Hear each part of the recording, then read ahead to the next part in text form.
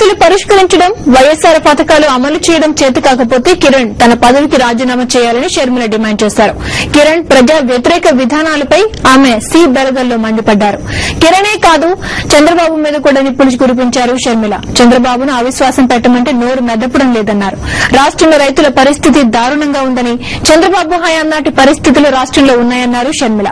కర్నూలు జిల్లా కోడుమూరు నియోజకవర్గం సి బెళగల్లో మాట్లాడిన షర్మిల కిరణ్, చంద్రబాబు విధానాలపై మండిపడ్డారు.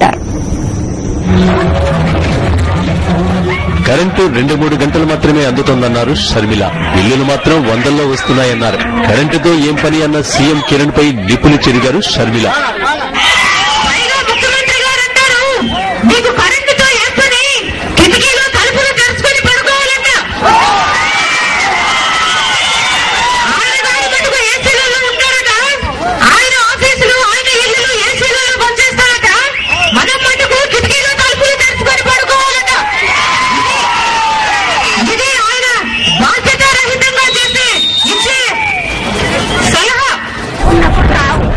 చంద్రబాబు పాదయాత్రకు ఏమాత్రం చిత్తశుద్ది లేదన్నారు. జగనన్నను జైల్లో పెట్టారని మండిపడ్డారు.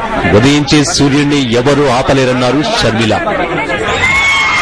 చంద్రబాబు నాయుడు గారికి పాదయాత్రకు ఏమాత్రం చిత్తశుద్ది, నిజాయితీ ఉన్నా ఈ ప్రభుత్వాన్ని వెంటనే దించేస్తామని, అవిశ్వాసం పెట్టామని ఒక్క మాట అంటే ఒక్క మాట చెప్పండి బాబు గారు అంటే ఈ రోజు వరకు నోరెప్పుడు.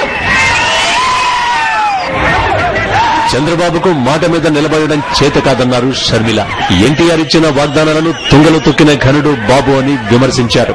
చంద్రబాబుకు రైతులంటే చులకన అన్నారు.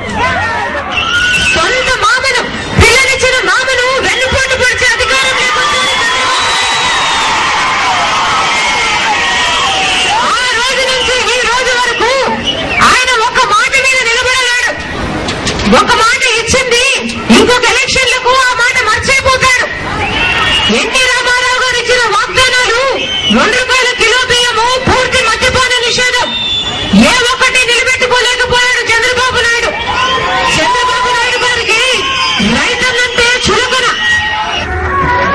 చంద్రబాబు నాయుడు హయాంలో ఆత్మహత్యలు చేసుకున్న 4,000 మంది రైతులకు ఎక్స్గ్రేషియా ఇచ్చిన ఘనత వైఎస్సార్దేనని తెలిపారు.